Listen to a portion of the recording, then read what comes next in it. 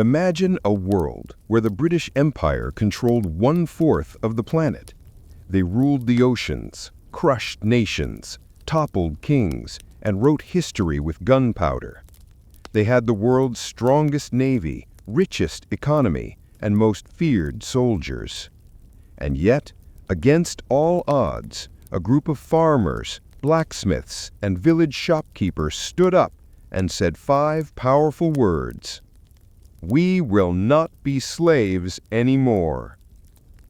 This is the unbelievable true story of how the United States of America, before it was even a country, took on the most powerful empire in history, Great Britain, and won.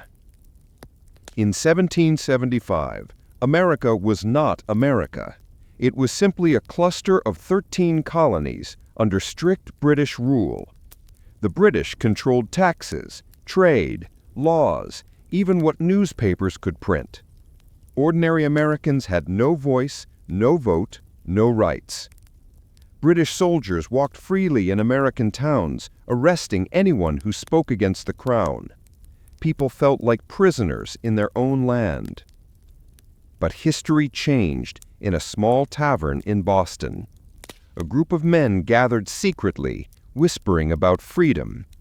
Among them was a man named Samuel Adams, who slammed his fist on the wooden table and said, "If we don't fight now, we'll die slaves." That night, America woke up. Rebellion was born. Soon farmers picked up muskets, shopkeepers melted metal to make bullets, women stitched flags and bandages. The people were not trained soldiers, but they had fire in their hearts. The British sent thousands of professional soldiers, uniformed, disciplined, deadly. When British General William Howe laughed and said, "We will crush the Americans in 1 month," people believed him. But one man did not laugh. His name was George Washington, a tall, silent, determined Virginian farmer who had never led an army this large, but he had something rare: unbreakable belief that liberty was worth dying for. On July 4, 1776, with shaking hands but fearless hearts, a document was signed, the Declaration of Independence. It said, "We hold these truths to be self-evident, that all men are created equal." And just like that, America announced, "We are not British anymore." But Great Britain had only one answer: war. The war begins. British troops stormed New York with 32,000 soldiers, the largest invasion in North America. They had warships, cannons, cavalry. Washington's army? Just 9,000 farmers, many without shoes. Snow covered the ground with blood and footprints. They were starving, freezing, exhausted. At night, many soldiers quietly walked away. But Washington didn't give up. He told his men, "We may be outnumbered, we may be outgunned, but we are never out of courage." On Christmas night, 1776, in a freezing snowstorm, Washington made a bold move. He and his small army quietly crossed the icy Delaware River. They attacked sleeping British troops at dawn. It was one of the most unexpected victories in American history. The news flashed across the world. America had hope. The turning point. Help arrives.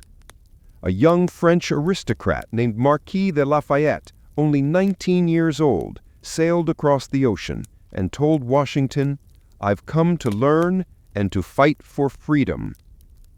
Soon, France recognized the United States and joined them against Britain, sending money, troops, and warships. Now, the British Empire was facing not just a rebellion, but a revolution. The final battle, Yorktown, Virginia, 1781.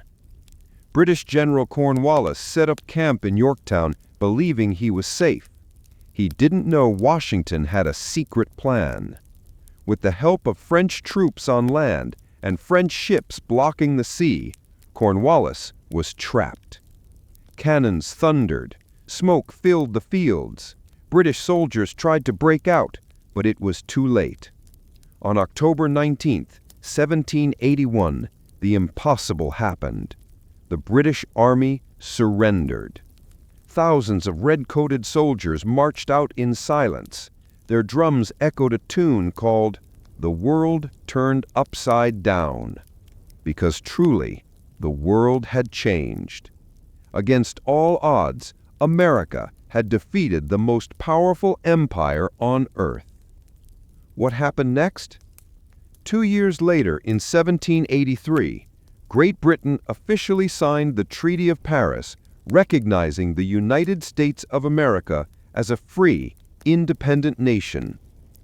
For the first time in history, a nation built not on kings, not on bloodline, not on wealth, but on freedom and the rights of individuals was born. And Great Britain, the greatest empire in the world, was forced to bow to a country that didn't even exist 10 years earlier. Why this story still matters? This isn't just a war story. It's the birth of an idea called freedom, an idea called United States of America. It proved that you don't need to be the strongest to win. You just need to be the one who refuses to quit. So if anyone asks, who defeated the mighty British Empire? You don't answer with a general's name. You don't answer with an army's name. You simply say 3 words: the American people.